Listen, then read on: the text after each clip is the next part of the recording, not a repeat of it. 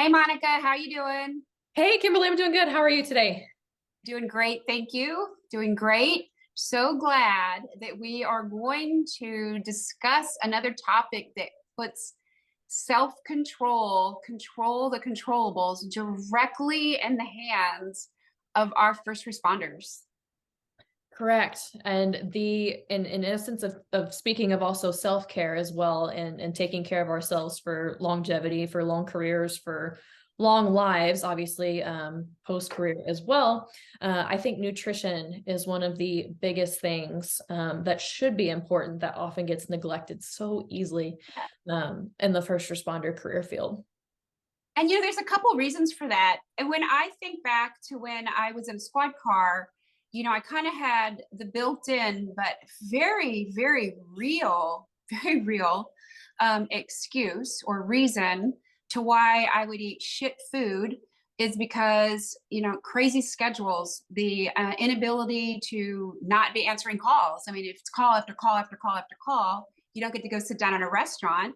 And if you're an individual who works in a part of an urban area that doesn't really have restaurants for you to go in and sit down, or you work out in the county somewhere and there's really nothing except a truck stop to eat in, and you're not close to it, you got to take some control of this. Like I was telling you earlier, there was a while I ate a lot of fried chicken through the drive-through, or I would stand in the parking lot and eat tacos, and neither one of those left me feeling really ready to sit in a squad car or run after anybody afterwards. Just wasn't in my best interest to do that. Right. So today, from my standpoint of things, I have three and maybe a fourth pretty basic foundational tip as a place to start as Mhm. far as looking at nutrition and how to just very foundationally start working to change your nutrition habits towards a little bit better for you, less processed, less fast food, things like that. So number one is going to be trying to eat whole foods. So what are whole foods? It's anything that is naturally occurring in nature. So it means it comes from an animal, it comes from a plant, it comes out of the ground, anything like that. So it's going to be meats, nuts, seeds, fruits, vegetables, fish, anything like that that's naturally occurring in nature. And that also includes dairy products, things like that. Those go through a process, but this still comes from the animal. So whole foods are going to be your best friend because they are foods in their wholest form versus being something processed. For instance, if you take a potato and you cut it up and you fry it, it becomes French fries, and then it's incredibly processed because it's coated in oil and all of the crap that causes chronic diseases later on down the line. So number one would be whole foods. The second would be working to build a balanced plate. So if you can visualize a plate and putting together your meal, you ideally want to start with your protein, which also is a point of mine in prioritizing your protein. So I'll smash these two together. Your protein is going to be number one. So when you're building your meal, you want to prioritize protein first. So when you think about it and you can go to Panera and you order a soup and a bread bowl, there's no protein in that. So think of your chicken, fish, turkey, anything like that that's going to be your main protein source. You want that to be about a quarter of your plate. So you have your first quarter of your plate of protein. About half of the plate needs to be filled with vegetables, which usually tends to be the most challenging part, but about half the plate of vegetables. And then that leaves the remaining quarter of your plate for a starchy carbohydrate, which can be rice, pasta, potatoes, or bread. And then typically within the protein choice that you're choosing, there's some healthy animal fats in there as well, or maybe you're cooking it with some coconut or olive oil, which will also add in some healthy fats for you. So that covers your protein, it covers your carbohydrates, it covers your fats, and then it covers your vegetables and getting in some good plant-based foods there. So that's a great template to use when you're trying to build your plate at home, or even if you're going through a drive-through.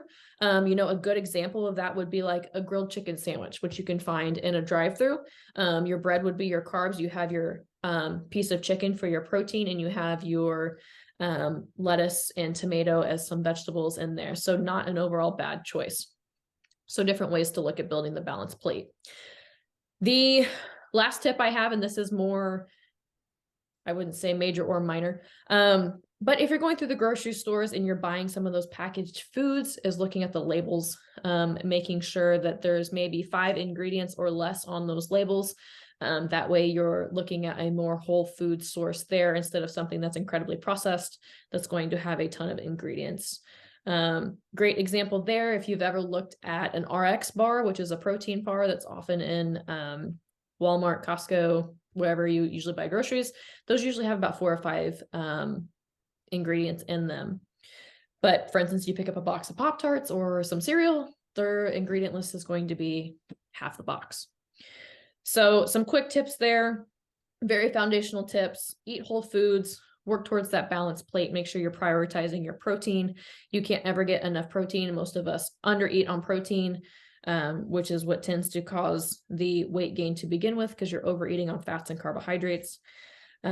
And then reading those labels, making sure if you are buying packaged goods, because there are good packaged goods out there to buy, making sure that they are whole foods based. There's not a whole lot of added crap in there. And you're also avoiding added sugar and added seed oils like sunflower oil, corn, canola oil, things like that.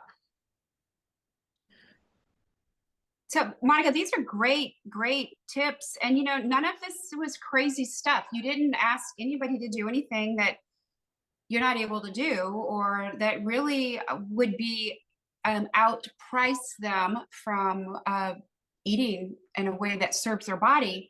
So, and that's what I want to mention, is that our relationships with food are very, very complex, very, very complex.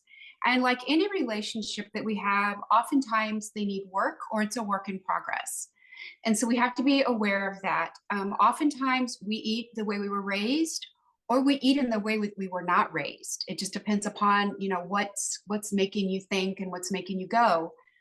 I mentioned earlier the built-in excuse of I'm in a squad car, or I'm an investigator and I'm stuck at the desk all the time. I got to eat out of a vending machine or whatever.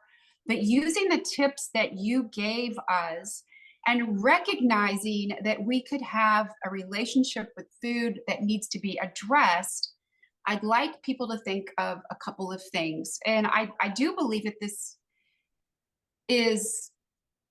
it's still simple, but maybe hard. In other words, the questions can be basically simple questions, but the work that you do internally and the answers you come up with might be a little bit difficult and might be a little bit uncomfortable. But since you gave them something to aim towards, they can deal with their internal shit and then do what they know that they need to do. So one of those is you want to eat to nourish your body. You want to eat to nourish your body. And we always talk about, oh, I don't want to get hung up on my food. I don't want to be one of those people that has all these weird eating habits. I don't want to be one of these people who, I don't want to be one of those people. Well, why not? Because look at what we as society have said it's acceptable. In all honesty, it does tend to be women that they say are those people. Like, we want to know what's in our food. We want to know what we're ordering. We order something on the side, or we ask for a substitution or whatever, or we want to always bring our food. That is a way of approaching eating. And I'm just going to make a very general statement here. But men, they have a way of eating, but they get away with it because it's made to be fun. Oh, I eat whatever I want. Well, that's a way of eating. That's a lifestyle, right? It's the same thing. It's just a different way of eating. Oh, I eat whatever I want, how much I want, whatever. I'll just get a bigger uniform, blah, blah, blah. So we have, again, that complex relationship. We tend to punish ourselves for wanting to do better, or we're embarrassed. We don't want anybody to know that we're trying to do better. But the men will laugh about it and joke around about it. I eat whatever I want to eat. We even have commercials. We have commercials on TV of people eating absolute, total, horrific food. They are going to physically get ill, and they laugh about it, and they just pop a pill because it's funny and it's going to make them feel better. So they will take a prescription medication so that they can continue their way of eating. But we have women that will be self-conscious if they're reading labels, or self-conscious if they're getting their dressing on the side, or maybe not eating bread for a while. So please eat to nourish your body, respecting the relationship that you have with food. You want to create awareness. Be aware of why you are eating and the time that you're eating. And the time that you're eating, this kind of gets a little bit different for first responders. We don't always get to eat when we want to eat. We don't always get to eat when we plan to eat. Things happen. That's why we're called first responders. And we don't get to eat. What happens then is well, first of all, none of us have ever died from missing a meal on a shift, but we can become very uncomfortable and we can feel our thinking becoming a little cloudy, or we might not feel that great. So I highly recommend eating when you're on duty, eating when you're not hungry. Eat, or at least have it with you so you can, eat it really quick at the first sign you're going to have a break. But when I say eating when you're not hungry, if it's your dinner time and you still have 6 more hours to work, maybe get a small snack into your belly. And that way you don't feel like you've gone too long throughout the shift without eating. And again, don't get into a battle with your food. You and I have talked about this many times, about how we are trying to decrease stress. We are trying to increase control. We want to be self-empowering. We want to take care of ourselves. So why would we pick a fight with food? That food's not picking a fight with us. We're picking a fight with the food. Now, if you eat food and it upsets your stomach or gives you a headache or it makes you break out in a rash, don't eat that food. What I'm talking about is where you make food good food or you make it a bad food. And if you eat something, you punish yourself. Don't do that. Please don't do that. You will not win that. You will not win that battle, and it's wasting your energy, and it just leads to a less quality relationship with food. Also, I want to throw out there really quick the 3 R's. Reflect on your eating habits and your triggers. Kind of think about why you're doing it. Kind of be aware of why you're doing it. Be aware of why you're eating. Be aware of why you're choosing one food over the other. Does it go because you didn't have it when you were growing up? Is it because you have a feeling that you might go hungry one day? I mean, that's real. I mean, we laugh and joke around about it. That is a very real feeling for some people, depending upon how you were raised or how you were fed or how you were allowed to eat as you were growing up, or if you were an athlete. You might feel like food might be limited at some point in your life. Replace the foods that you don't want to eat with the foods that you do want to eat. It's just like a habit. You don't break a habit unless you have something to take its place. So approach food the same way. If you don't want to eat the chips that are covered with all the flavorings and the chemicals, and you still want to eat a chip, maybe have a corn chip that's just the corn, the oil, and the salt. To reinforce that, don't have the chemical covered, flavor covered chips in the house. Don't have them in the house. Don't buy them. Have the corn chip in the house. That way you're making good decisions. You're replacing what you don't want to eat with what you do want to eat, and you're reinforcing that behavior. I do believe with everything that I added, and then you discussing the whole foods, the balanced plate, looking at protein and reading the labels, I think that our first responders actually can take some control of their eating. Yeah, for sure. And I mean, you mentioned at the beginning being embarrassed about having healthy habits, I think it's a thing. It's called health shaming. And I've dealt with it before when somebody brings in a giant box of donuts or cookie cake into the break room, they're like, oh, she won't eat that. She's too healthy, blah, blah, blah. Like, it's so annoying. Because again, like eating like crap is the norm. So you get shamed for being healthy, which just blows my mind. But if that's happened to you, don't worry about it. It's okay to stay strong. It's okay to take your own food with you, even if it's to a restaurant. Like, I know that can be slightly awkward. But I've done it before, and I've had coworkers do it before because they'd rather eat their prepped food than to spend extra money eating out, right? You want to talk about budget and cost of food right now. You already paid to prep your food, and then you're paying to go buy a meal out when you have food sitting there with you. So if you're a frugal person or if you're on a budget, that should be a deterrent in itself, to help you stay on that healthy track. But a lot of people will say, well, I have food with me, but the guys want to go eat out. So I'm going to go out. I'm going to go eat with the guys on shift or whatever. Um, Again, take your food or just say, hey, can we meet at the PD? Can we all go grab whatever food we want? Everybody sit together and eat at the PD.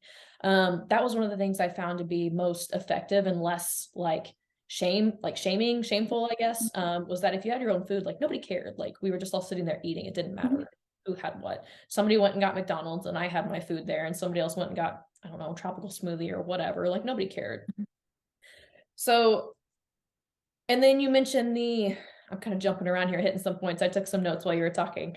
You mentioned having the snacks in your car, which is great. I highly recommend that. And I highly recommend having non-perishable snacks in your car. So that way, if they get left in your car in the heat or the cold, I mean, obviously you want to swap them out every once in a while. But if it's like a month, 2 months, maybe for some of those, it's not going to matter. You can still go grab it and still eat it, and it's not going to go bad. So a couple of those off the top of my head are like granola bars, nuts, packaged tuna will stay good for a while. You can have like a prepackaged thing, a protein powder, which is awesome because all you need is water to make yourself a protein shake. Crackers, pretzels. I always keep that stuff with me on duty. And even some more non-perishable stuff. I mean, you can on a day-to-day basis keep it with you. That's easy, like yogurt or string cheese, or some smaller things that you don't have to do anything to. It's just you grab from the fridge or from the cabinet and you throw it in your lunchbox. There's no prep time there. So those are some good ideas to keep with you. Because especially when you don't always know when you're going to eat on shift. I was just talking to a client of mine last night about a very memorable moment I had where I got held over at the hospital late into like 2 or 3 in the morning, and of course you Texas people are familiar with Whataburger. We have that in Oklahoma as well. For some of you across the country who may not know what the hell that is, it's kind of like a Carl's Jr. or Hardee's, or maybe like a Burger King if you want to go that route. Very greasy hamburgers. A lot of people love the hell out of it, but it's one of the few things around here that's open like 24/7. So if you're an evening shifter or a midnight shifter, it's like the only place to go get hot food.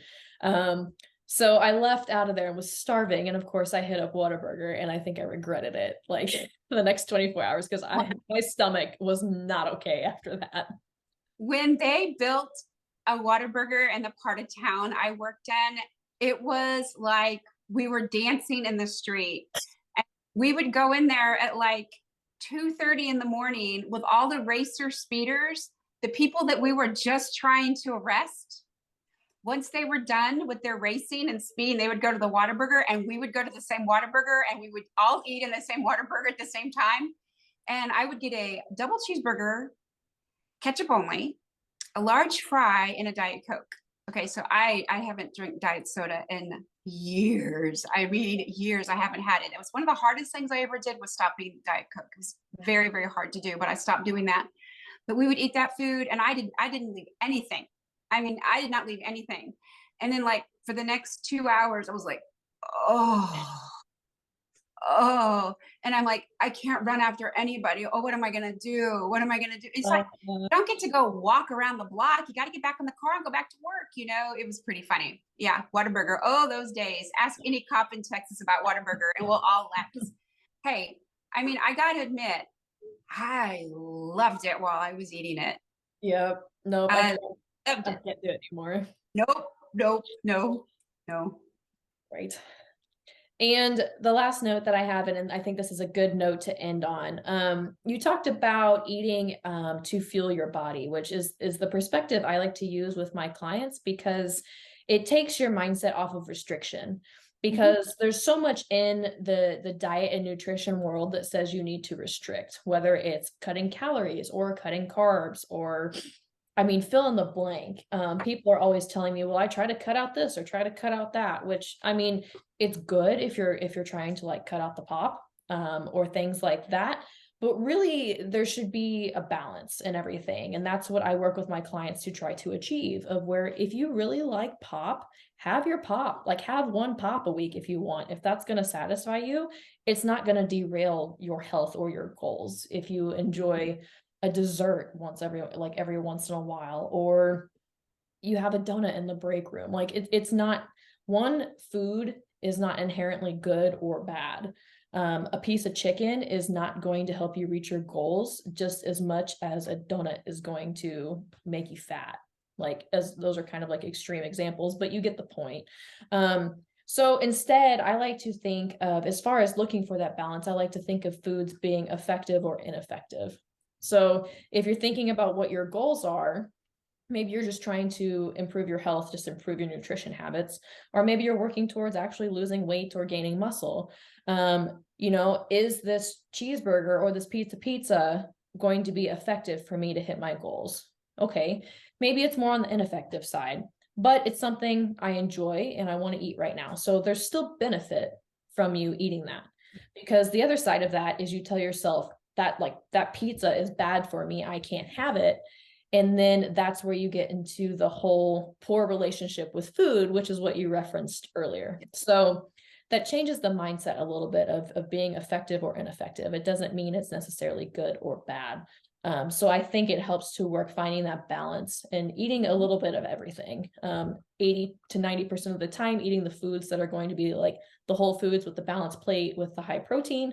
And then maybe 10 to 20% of the time, enjoying the foods that you love, whether it's a bottle of pop or you have a piece of cake or it's a drink on the weekend, things like that. Having that balance is what's going to help keep things sustainable for you long term. Monica, I really like what you said about the whole foods, the balanced plate, really looking at protein, reading your labels so that you know what you are consuming. And if you marry that with recognition of your relationship with food and to eat to nourish your body and don't have that battle with the food, don't set yourself up, your own self up for failure. Stop judging yourself for how you eat. I really think we could have a win-win situation. It goes back to what we're always talking about: self-empowerment, control what you can control. And it goes back even to that decision making with the space. Remember how we always say you want to have as much time, much space to make a decision? It's the same thing with what we eat.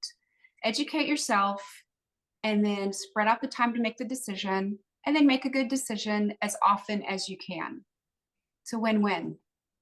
So like you said, I like the perspective of eating to nourish your body, but more or less eating to fuel your body, because we have a lot of demands on us as first responders. We have stressful shifts, and hopefully we have things going on outside of shift too, where we expend extra energy there, whether it's with family or exercise or other outside commitments too. So you really need to be fueling your body for those demands, because you're going to feel much better when you do. You're going to have improved mental clarity. You're going to feel better. You're going to have more energy. You're going to have all those extra benefits by just making these intentional choices to improve your nutrition habits.